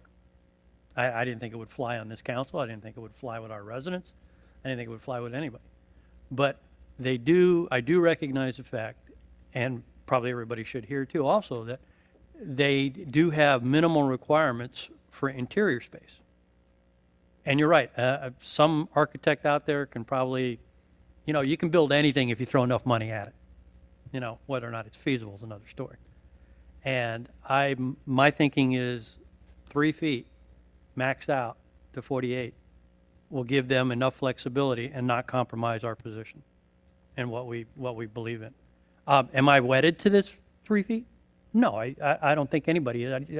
The 45 may work, but I'm thinking since this is carved in stone, now stone we can get a new stone. I understand that, but for the 3 extra feet that I'm talking about, I don't think it's and it has to come back before us to something that we want to see. This isn't carte blanche by any stretch of the imagination. So I think that's the key component everybody's got to remember. We're not giving the store away here, not by any stretch.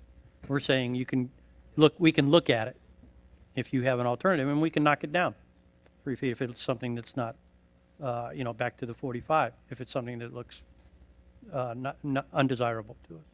That's where I'm going. I'm just trying to give them the flexibility because we are requiring a very, very specific type of architecture roof and the whatnot. I know, let me jump in here. The town in general does not want any commercial. Truthfully, if you ask residents, they're going to say, we don't want any commercial. And they're going to say, and I've heard it from 50 or 100 people, just raise my taxes, I don't care. Well, here we are yelling about raising our taxes. Right. Holy Christmas, what the hell are we doing? You're either going to raise the taxes and not listen to half the people, or we're going to get a little bit of commercial and have guidelines that we can make things happen and it'll give us the ability to make it happen and give somebody the leeway that wants to do something in town and gain some additional revenue so we don't have to raise taxes. So let's wake up and make some real decisions in the right aspects, in the right direction, and protect the residents as best we can. Yeah, and I don't disagree with that, Doug. That was going to be my comment. You can't have it both ways. You can't scream and holler and say that the taxes are ridiculous, but yet you restrict our ability. And here's a landowner out there saying that, listen, I recognize the uniqueness of the town, their philosophy, and how they would like the design to be, but in the process of doing that, we want to do it, but understand the position that we are in potentially to create a building out there that makes sense. I think that's important that they have that flexibility as well. And listen, it's light industry. We don't have commercial tax base here, and this is all part of a big plan that ultimately generates taxes. And again, you got a budget hearing coming up here very shortly, and the guy that's promoting this is want to restrict the size, but yet he wants to scream and holler and demand that you reduce it by $500,000. Right then, right there, right now. But yet, you have the landowner that's out there and saying, I respect the town, I respect, their philosophy, I respect what they're trying to accomplish out there. We respect that as well. We want to include that as part of the development if we decide to do it, because there are some other issues now with water and sewer. Just give us a little bit more flexibility. Ultimately, this council, not this council, but the council, whenever that might be, has the opportunity. They can still restrict it. You can't have it both, you can't have it both ways. Steve. Thank you, Mayor. I hear what y'all are saying, and I'm not gonna, for 3 feet, I'm not gonna hold hostage here. I think that overall, this is the direction we want to go. I think overall, this is gonna be a decent compromise between, maybe what I would prefer, but what makes sense for the town in the long run. So 3 feet is more than I want, but I'll vote for it. I know what you feel. I know how you feel. Yeah, the only other thing I would like to throw in there, knowing the problems we have with pines and stuff, I've got to tell you, rather than worry about getting in additional litigations and problems or losing annexations, we're ultimately going to need the water ourselves at the site we purchased. So, and it's going to have to probably pass them, whatever the case may be. But I would like to stipulate that it's got to be from Sunrise and not Pine, unless they could do it on site. I don't know, but I just don't want it from Pines.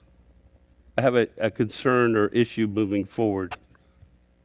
Well, I hear what you're saying, and I don't disagree with it. I absolutely have a tendency to agree with it, and I think it's quite clear for the record what Pines is saying and how they feel. Obviously, if they'd abided by their agreement, water and sewer would already be at that site. Would it be a non-issue? We wouldn't be having this discussion. And now, obviously, as a result of that decision, all the other things that are going on, it's adversely impacted potential development out there. So, to eliminate that conflict, I don't agree. I just don't know. I don't know. Andy or Keith can provide some. I'm just concerned that you talk about tying your hands. This is tying your hands. With regards to that, you know what, Steve? It could be I'm not screwing the town. And I'm never going to put the town in that position. No, I hear you. I'd like that option. I'll be this. I would like to understand this issue a lot more than I do now that I'm sitting here voting on something that I really clearly do not have a good understanding of what the logic is there. That's I guess more than anything else is what's bothering me right now. Well, this is a major decision for our town. It comes up here at the last second. It's the first I've heard of it tonight, and now we're talking about making a stipulation in this to me that process is crazy. We've been talking about this for 3 years, and now it comes up in the council 20 minutes before we're going to do a vote.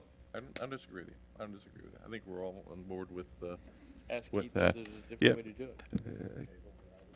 Well, that was the other thing that I was contemplating, because listen, there's some significant issues too. This one obviously with water and sewer that you have to go back and assess and evaluate. And I don't feel comfortable making a decision. With regards to the height compromise, I don't have any issues with that. I mean, I'm almost inclined to want to table this, because I think that this one issue. Mayor, I have an idea. Go ahead, Keith. Jeff, correct me if I'm wrong. This, because we started anew, this goes from us to the state, back to us? That's right. Okay. So We this can is- transmit and we can make changes in between now and second reading. You can make changes to remove, and that's why I would make a recommendation that rather than tabling this for the 20th time, Okay. that the council would all consider, assuming everyone's okay with everything else, to adopt it with the language in there to require the provision of Sunrise Water and Sewer, send it to the state with that, because then if the state approves it, you can always pull it out afterward without having to give it back to the state. You can always remove language. You can't add it without sending it back. So by doing that, it moves the ball forward, and then it gives you, what's the time frame, Jeff, between now and coming back to them? You have anywhere from 2 months to 6 months to work it out. And then it gives you all sufficient time to decide if you want to keep it in or take it out. I recommend that over just a straight tabling of the item again.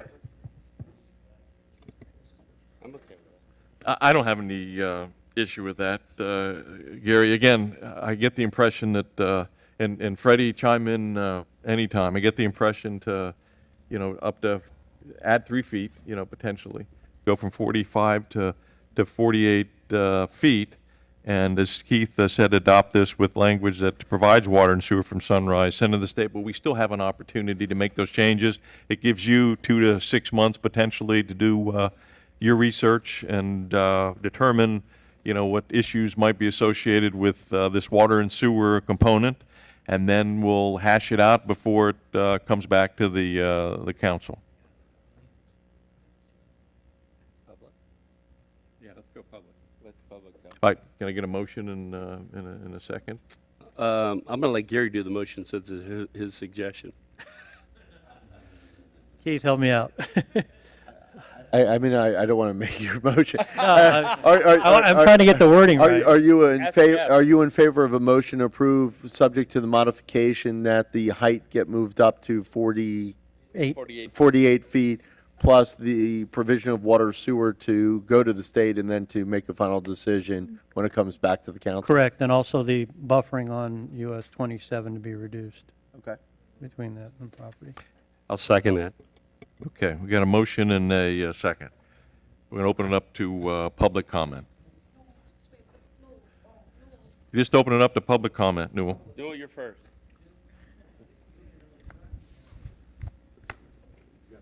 And just as an FYI, because I know that you stepped out, Newell, we're going from 45 to 48 feet. I am not stepping up here as public comment. I'm stepping up here as the chair of the comprehensive plan and reply to your questions. Okay, that's fine. Right now, it's a public comment Right, component. public. The motion has been seconded. So, okay, that's fine if you don't want to comment. Is there any other members of the public wish to comment on this item? We understand your position. Mr. Mayor, I want to comment as a citizen, and I also want to reply to you as chair of the comprehensive plan. Okay, well, that's fine. That's for the record. We all know well, you can say that. Again, we're just Chair following. of the comprehensive We're plan following will the- not the do product. 3 minutes. I will get We're- as much time as you we're gave Ronnie following Bergeron and the rest of them. And you're sitting there saying that, and when have I ever stopped you, quite frankly, Newell?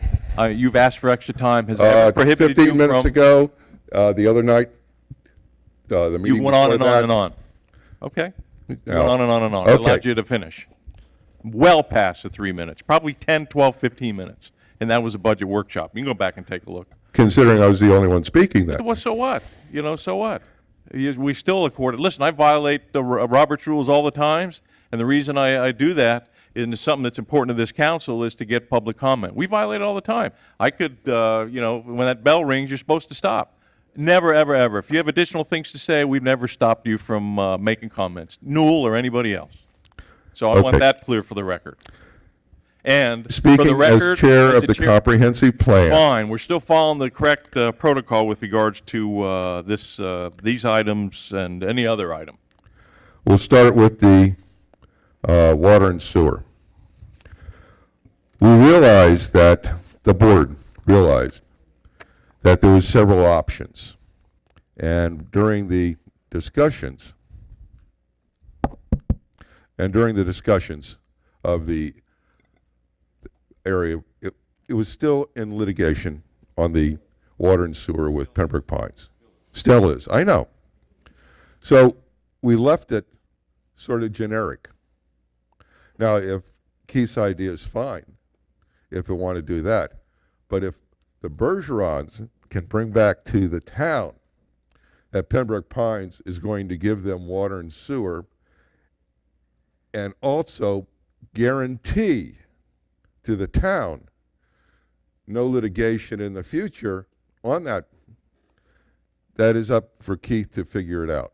Mayor, if I normally would never, it's just stop Newell's time for That's one second. okay. I apologize. I normally would never interject, but if Newell, what he's saying, the one caveat I'd say is Pines would also have to agree that they're giving water and sewer to our site as well, because there'd be an issue with crossing the line. So Well, that's fine. That's the one caveat I'd add to that. I have no agree how you work it out.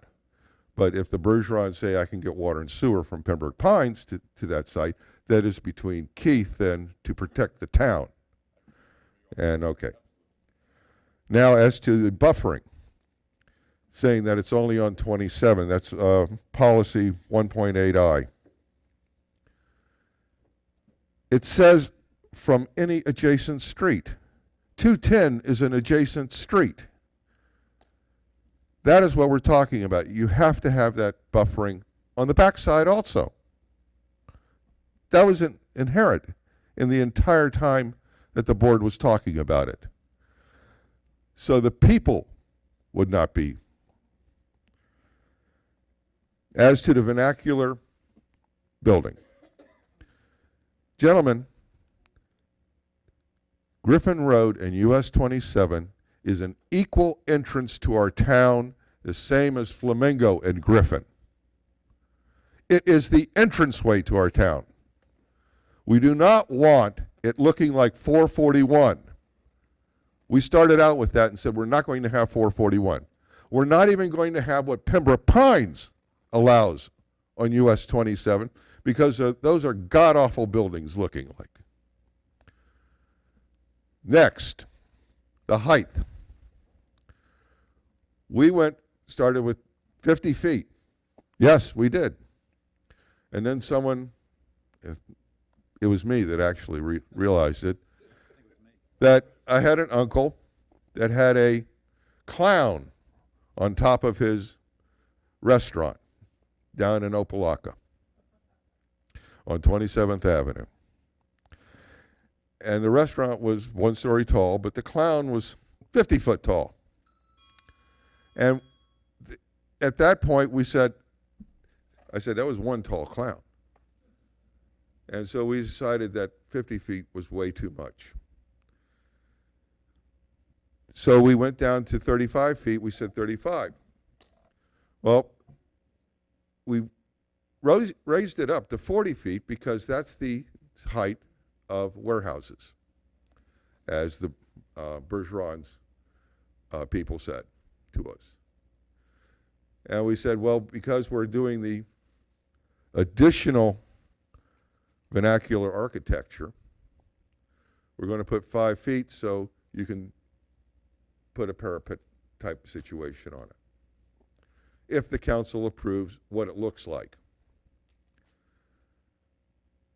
You can also hang it down over the building and bring it back in, as you see on buildings on Griffin Road, where you see office buildings that actually look 1 story shorter than they actually are, because it comes down and then back into the building. These are all architectural features that we looked at and decided that if you put 5 foot more on the top, that would adequately take care of the architectural design for the Florida vernacular or Caribbean. Now, this was a long process we went through, looking at very detailed commercial pieces of property that had these and pictures over a long period of time. The Bergerons, when they came in, they wanted much higher than what we have. We took originally it was 40 feet. We did additional 5 feet in order to give them that space inside, because they said it has to be 40 feet for forklifts and that sort of stuff for buildings. The building they're building on Sterling Road, according to their spokesperson, is 40 foot high. That's it, 40 foot high. We're allowing it to go 45 feet, which, by the way, we had residents on 210 come in and tell us that's too damn high to begin with. It shouldn't be more than 35 feet out there. And they're upset about 35 feet. These are the residents that are directly affected by this structures that may or may not ever be built. It is not our intent, the comprehensive plan started out with the thing, it is not our intent for immediate development to the owner's desires. It is development that will benefit the town, number one, in the future, maybe not immediately, in the future, and will also give us something that is not horrendously ugly in the future, that we'll sit there and say, we have to say, who the heck was these people that did this back then? We don't care if it's not developed for 20 years. It is not our responsibility to develop it. It is our responsibility as the board to bring the best plan forward to the town, which protects the town and enhances the town, so we do not end up looking like 441, downtown Davie, and Pembroke Pines on US 27. And I believe we have a product for you to consider that is that. 48 feet is the same as 50 feet that they were asking for. We said 40 feet with 5 feet more because you can build down the slope, and we're not saying put the peak at the top. We're not saying it has to be a peaked roof, and it doesn't have to be 1 to 12. That's for the architect to work out. We're saying generally it has to be Florida vernacular. There is 1,000 different permutations of Florida vernacular or Caribbean. There are certain thoughts that we wanted that lend itself to what, as those in the arts board would say, the branding of our town. It is a front door to our town, not a back door, not the side door. It is a front door. And what we have done is taken those two things right there. There's many other things that you can discuss about, but this is where we're at. And if you discuss them tonight before going on, I would like to come back up and talk about them again. You have to remember also, when this finally, after 2.5 years of discussion, barely passed the Comprehensive Plan Board as it is, it was a vote of 3 to 2 to pass. And that is it. That's how touchy this is, whether we develop it or not. Thank you. And Newell, just for the record, once public comment is closed and the council, again, we have a motion and a second to approve with those conditions, there won't be any opportunity to come back up. So That was not public comment. okay, it was. No, it wasn't. Not, Okay, are you finished? I have public comment. Okay, that's what that is. We have a motion and a second to approve. That was not public comment, Mr. Mayor. Are you finished, Newell? No, I'm not. I have public comment. You have to say. I said I was talking as chair of the comprehensive plan, not under public I comment. confirm the process, Newell, and it is public comment. We have a motion and a second to approve.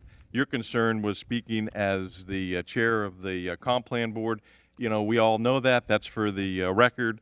The council has certainly duly noted your concerns and your comments. No, that's not my concern. Are you That's finished? the board's concern. Are you not finished? mine. Are you finished? Are you finished?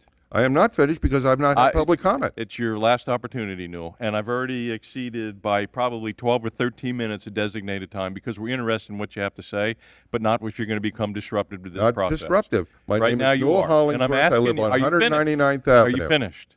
That's what I'm asking you. Are you finished? No, I'm not finished. Okay, well then finish your comment because I'm giving you the extra time. We already My have name is 40 Newell minutes. Hollingsworth. I live on I'm not 199th going through the Avenue. same thing again, and I'm Newell. talking as a resident now, not as Newell, chair of the comprehensive I'm plan. asking you, we know who you are, okay? We know who you are, all right? For public comment, you're supposed to say your name and your address. We already established that for the record, and we know that. Again, we've got a motion and a second to approve, just like we follow Robert's rules, and we always violate the public comment component because we're interested in the feedback of not only you, but anybody else. We violate it all the time. And again, just confirming the process. We got a motion and a second to approve. We're in public comment part of it, okay? And as far as I know, you know, you are a citizen of the town of Southwest Ranches. This is public comment, and it's been duly noted for the record, Newell, that you're chair of the comp board, okay? It doesn't make any difference. It doesn't. It does give you make a extra very time. big difference. It doesn't. Because doesn't. I have to defend the actions It of the doesn't. comprehensive Okay. plan board So as finish, the chair. Finish up. As a resident, Newell, I urge this. No, I'm not going over this. Okay, I'm not going over the same thing again. You know, it's no difference. All right. What I say now, I say as an individual, not as chair of the comprehensive plan board. We must and we should reject this as a commercial development out there exactly as it is right now. It is not acceptable to our town.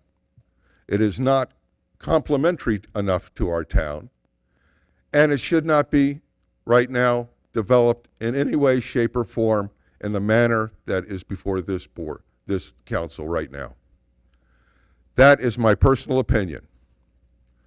And as such, I would say vote against it. Thank you. Thank you, Newell. Any other public comment? And I appreciate you, Newell, sticking to those parameters. Hi, Gay. Hi. Want to start my clock? Gage Haples. Now, as I understand this, so I can get this picture clear, because I'm as confused as you are. When you put that up on the board and you went through all of that, this is what you're approving. Is that correct? And I didn't hear anything about all this other stuff. The only other thing I heard was that you're going to vote on is that, thank you very much, that stuff, that you're going to vote on the not the drainage, the water and sewage, which, if what Keith says is correct, that I understood, that you're going to add it to it, you're going to say Sunrise, and then if you change and it works out that it's Pines, that you can pull it out when it gets up there. Is that correct? Correct. Is that what I understood? Okay. This council, it's my When it comes understanding. before, not not when the project comes through. And When it through- comes- No. I mean, when you send this up there to the state, you have the opportunity to pull it out. You just can't add anything else to it. That's Okay. my understanding, and Keith is saying yes, so that's correct. Okay. And then the other thing is, I was sitting back there kind of giggling because there's that 600-foot strip. I went out there and looked at it for myself. I'm one of these got-a-feely, touchy people. And the cemetery runs from Griffin to Sterling. And the pine trees on 2/3 of that strip, which belongs to the cemetery, which those people are really quiet and they don't complain and they pretty much really don't give a damn. They're only at Griffin Road, and then there's a lot. I mean, they only probably take up 1/16, and then all of that rest all the way to Sterling is undeveloped. And I've been here 50 years, 55 years here, and they haven't developed it. And those trees are Australian pines, thick as fleas on a dog. And they're so high, if you drive on 210, forget the sun. You don't see it after it's about 2 o'clock. There's no more sun because those trees are so tall, so thick. And then there's a drainage canal that runs between the cemetery and the property owners on 210. So I really don't see the big deal about, foliage on the east side of that property.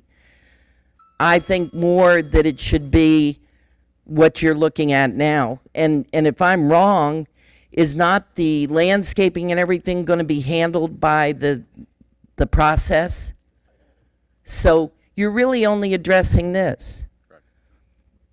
I don't see any big deal in it. And as far as I'm concerned, 48 feet, I mean, you can do a lot of decorative. They get along with 40. Our houses are 40. I just asked George, how high are we building our houses? 40 foot, 40 foot high. So, I mean, this is a commercial building. So 8 feet more is not the end of the world. It isn't like you're saying, give me a 200-foot building out there. So I think I don't want to see you restrict things to where somebody's choked to death and they can't do anything with the property. I mean, they have enough to deal with if they have to get water and sewage and so on and so forth. Anyway, thank you. Bob Hartman, 5441 Southwest 198th Terrace, speaking as a citizen. Everybody keeps bringing up these wonderful trees that block everything. Doug, you mentioned them as site, and I'm surprised, Jeff, that you're bringing up trees in a wetlands area that will all go away when the property is developed. You can't have any of those trees. They're all exotics. So all these trees everybody's talking about that block the side of it, they go away. Bear that in mind. But I think Steve brought up an important point here. This is to restrict future councils. I'm a little disappointed that all it takes is a 4-month change now, because the point behind setting this policy in place is to set guidelines and to set constraints on future councils.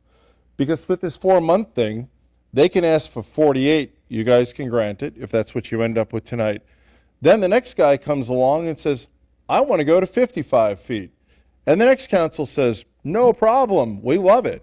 Then the next one comes along and says 75 feet, and the next council grants that. Because all it takes is 4 months, which is a heck of a lot less than they're going to go through to get their site plans approved and everything else. So I really want you to be cautious. It is 35 feet around the rest of town.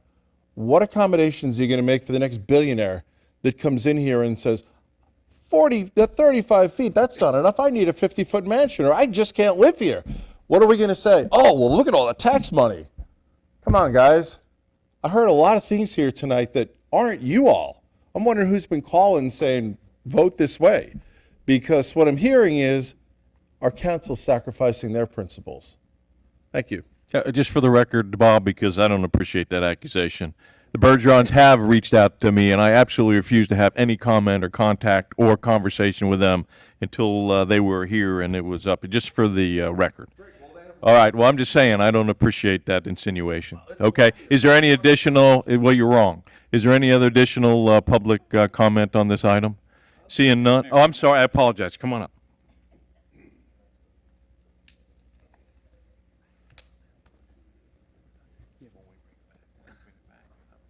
Robert Parker, 14431 Mustang Trail. I would be very careful about this water deal coming from Pembroke Pines, because at no avail did any of the council help us when they brought it to the church, and it's in Pembroke Pines now. And the second thing I'd like to say, I'm in favor of selective commercial on 27, as long as it doesn't bother the neighbors. There is nobody other than Ronnie Bergeron builds a house in Pembroke Pines, but it's a half a mile from the street. Anyhow, I get excited in front of people, so I wish I could talk to any of you individually with common courtesy. But in front of people, I just get all tense. The same problem on Flamingo Road. When they wanted to put a commercial businesses for doctors and whatever, would have been great. Now they're talking about putting a shopping center in there, which to me, it's a commercial piece of property. You know, as long as the neighbors can live with the commercial going on 27, I'm in favor of it. Thank you. Any other public comment? Seeing no public comment, public comment is now closed on this item. Back to you, council, for any additional questions, comments, or concerns. And it'll get Gary wants to, because you were the maker of the motion, if I remember Yes, correctly. correct. Yeah, I just want to clarify something on the motion, just make sure we're all on the same page. The buffering that I'm talking about reducing, not eliminating, reducing, is strictly bordering 27. It's not on the north side by Griffin, not on the south side by Sterling, and especially not on the east side, you know, with our resident. It's strictly bordering the highway.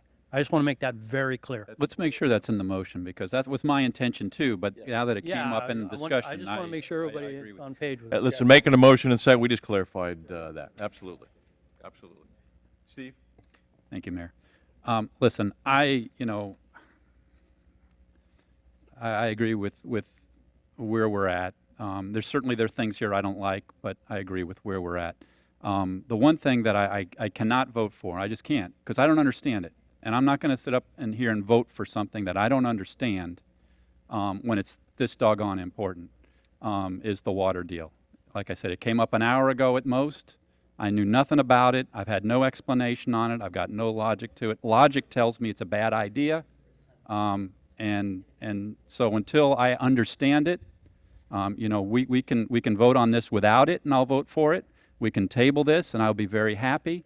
Or you can include it in there, and I'll vote against this because I can't do it. I can't vote for something I don't understand, and logically I disagree with. I'm not saying it's a bad thing.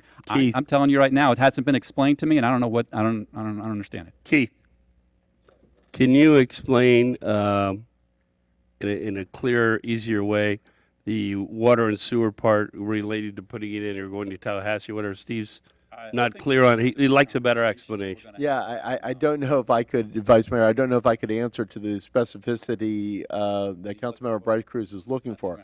I will tell you that the item did not 150% did not come up until 5 minutes into the item when the mayor came up to me and asked that question, as well. So it was nothing contemplated or thought of before this meeting.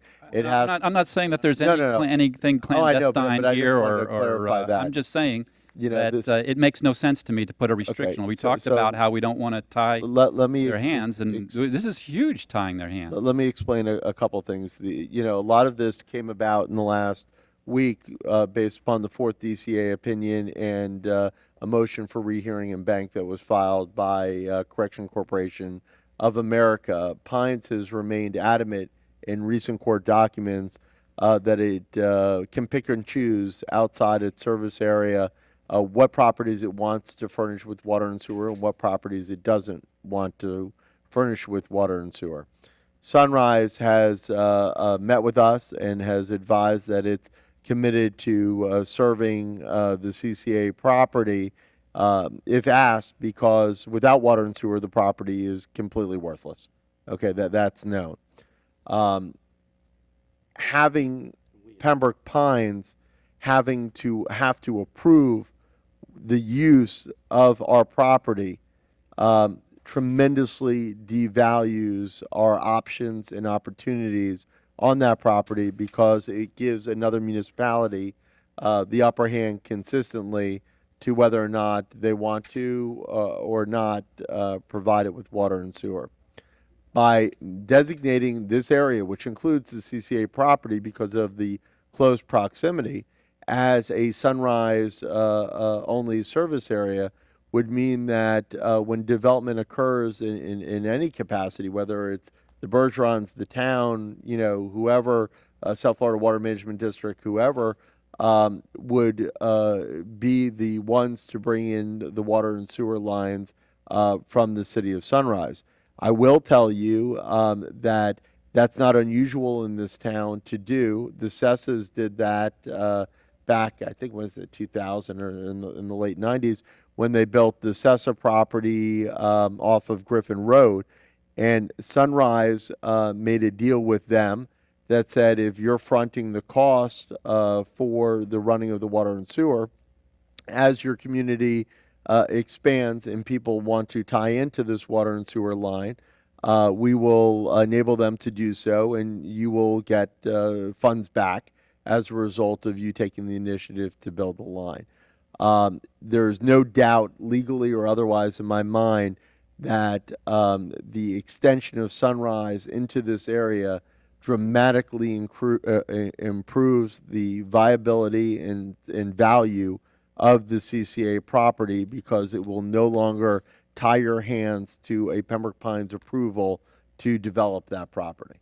And so whether or not it's a situation where first one in the ground pays for it and then everyone else, joins in later, it still would add a significant value to the town. I also know through our own analysis that, and I'm sure even the Bergerons would agree, that when you have two utility providers attempting to service properties in close proximity, it becomes incredibly complex and difficult as it relates to the location of the lines, where they are, how they intermingle, and how they cross each other. So specifying who your service provider is not unusual. It's actually something done throughout the entire town, where Sunshine Ranches is some of Sunshine Ranches is serviced by one utility provider, and actually Cooper City runs lines to the front of Sunshine Ranches off of Sterling Road in Flamingo. And that we did in the early 2000s to prevent the turf wars of utility providers trying to crisscross the entire town looking for easements and the like. So, hopefully that answered your question a little bit better. I think the specificity that you may be looking for is something the Bergerons can easily get for you, before the item coming back.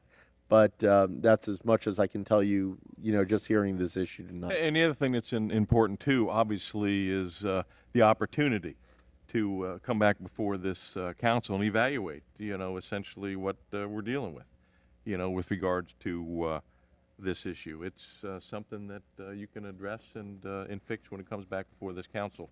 So by passing this and submitting it, you still have an opportunity when it comes back to address any concerns or issues that you might have, whether it's, with Sunrise or the other, Pembroke Pines, the other provider. This is important, obviously, for everybody. I just want to make sure that this is reconciled before I call the roll. We're here, we spent 2.5 years, we're here. You're absolutely right, it is a significant issue.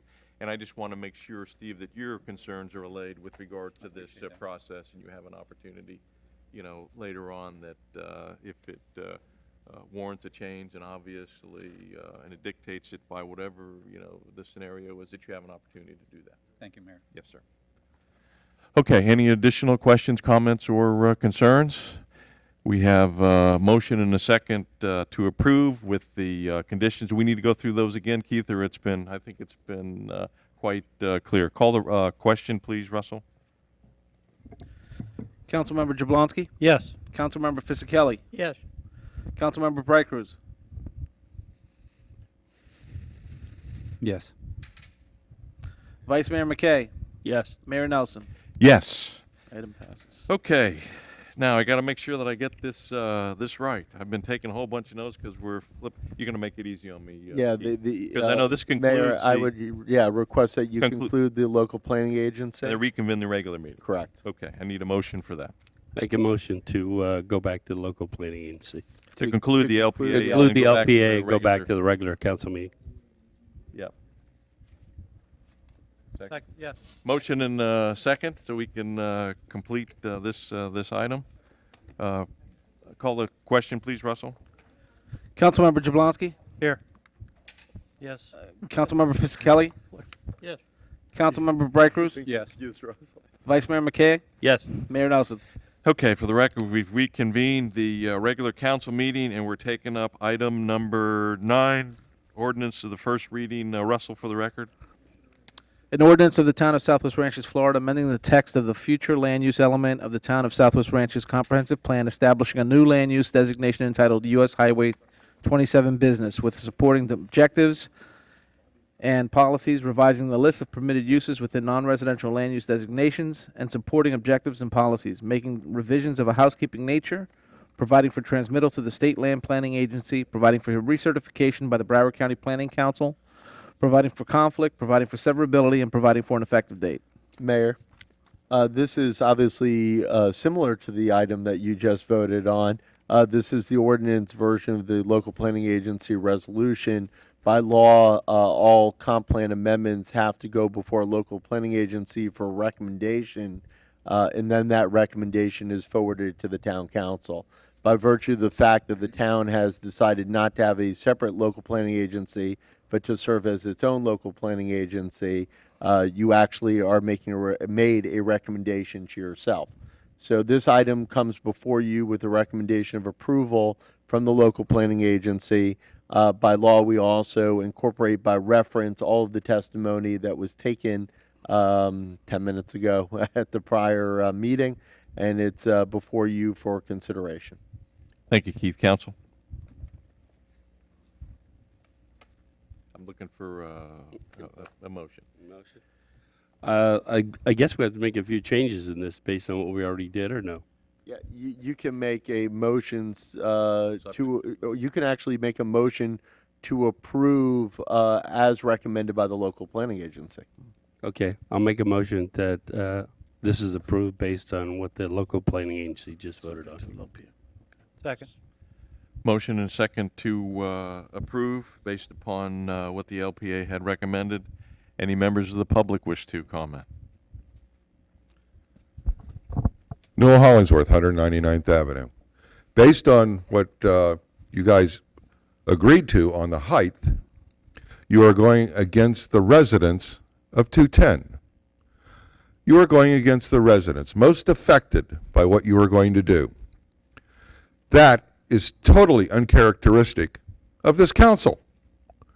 You seem to be taking the developers' attitude, not the residents. Very unlike this council. Why are you taking what the residents want and throwing it into the trash can and taking what the developer wants and giving him higher priority? Why? I don't know why. But the board, when they were deliberating this, took the residents' input when they came to the board and spoke to us and said they don't want high buildings out there. They want to be able to see the sunset. This board, this group as a board, said the high trees and stuff, they block it now. Well, guess what, guys? Those are all exotics. Pines, Bashafias, Malukas, all have to be removed. The residents are going to have a direct line of sight of that. We put in buffering on the back side, the east side of it, and we also put buffering on the west side because that's our entranceway to the town. You think that is nothing. Our entranceway is not only Flamingo Road, it is US 27 equally.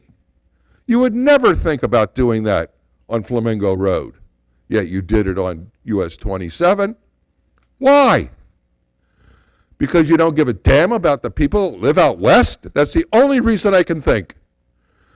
They live out there. I live over here. Nonsense. That is my opinion. Okay, nonsense.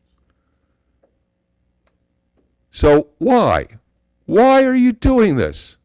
You're going against the residents that are directly affected on 210 who have said they don't want something.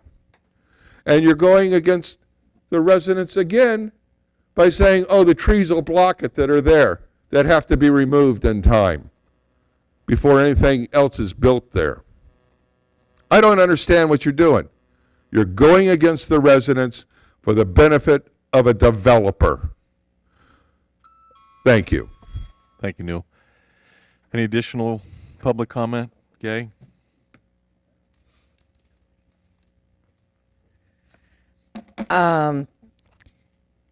Okay, I agree with Noel. Yes, the Australian pines are exotic. They'll have to come down. But if they build a berm, that was never denied. You didn't change that.